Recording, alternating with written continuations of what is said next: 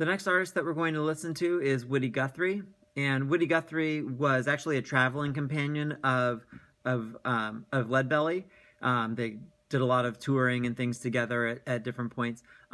Woody Guthrie kind of got his start right during the time of the Dust Bowl. So I'm sure you're familiar with the Great Depression from U.S. history and the Dust Bowl. And so he actually kind of lived through that. He had kind of a rough life. His mom had died at an early age, and his sister had died as part of a fire. He kind of left home pretty early on. Kind of was like a hobo, would go back and forth on trains, moving from place to place during that Dust Bowl time where all the farms were kind of closed down. He was from Oklahoma, and so he ended up moving to California and working on the farms during kind of like that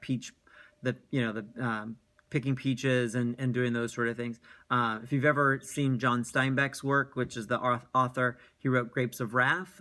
He was very much kind of a part of that, kind of the Okies and the people that were moving to California to try to find a better life during that Dust Bowl era.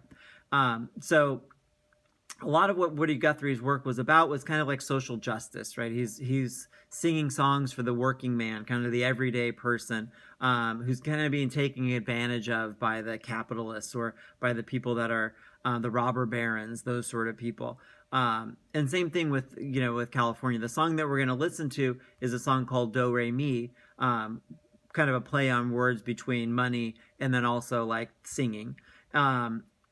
And the song is about kind of moving to California, and if you didn't have any money when you got there, that California didn't really want you because there are all these advertisements of come to California and pick peaches and apples and those sort of things, but there really wasn't enough work for people, and so they kind of wanted to turn you away if you didn't have any money. And so while we're listening to that, because that was all around that time of the 30s and even the 40s going into the war, we're going to look at these photographers, which are part of the Farm Security Administration. So they were hired by the Library of Congress to go out, and it was a part of that New Deal. And so they went out to go and photograph the plight of the sharecroppers and the tenant farmers and those sort of things. So we're going to look at people like Jacob Riis, who was a very early documentary photographer, Lewis Hine, who photographed the child labor movement and helped kind of make social change through that. Walker Evans, Dorothea Lange, Arthur Rothstein, Gordon Parks, Russell Lee, those five in particular were all part of this Farm Security Administration, having built off of the work of Lewis Hine and Jacob Riis.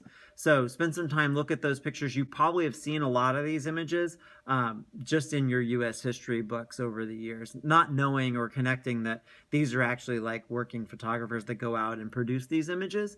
But we just kind of take them for granted, like, oh yeah, I've seen that picture of the migrant mother or child labor, those sort of things. It's just they've always existed as a part of your history textbooks, but this is a part of photo history as well. These people were going out and creating this work on location and doing it for the creation of social change to help make politicians and people change regulations and make changes for government to help the people.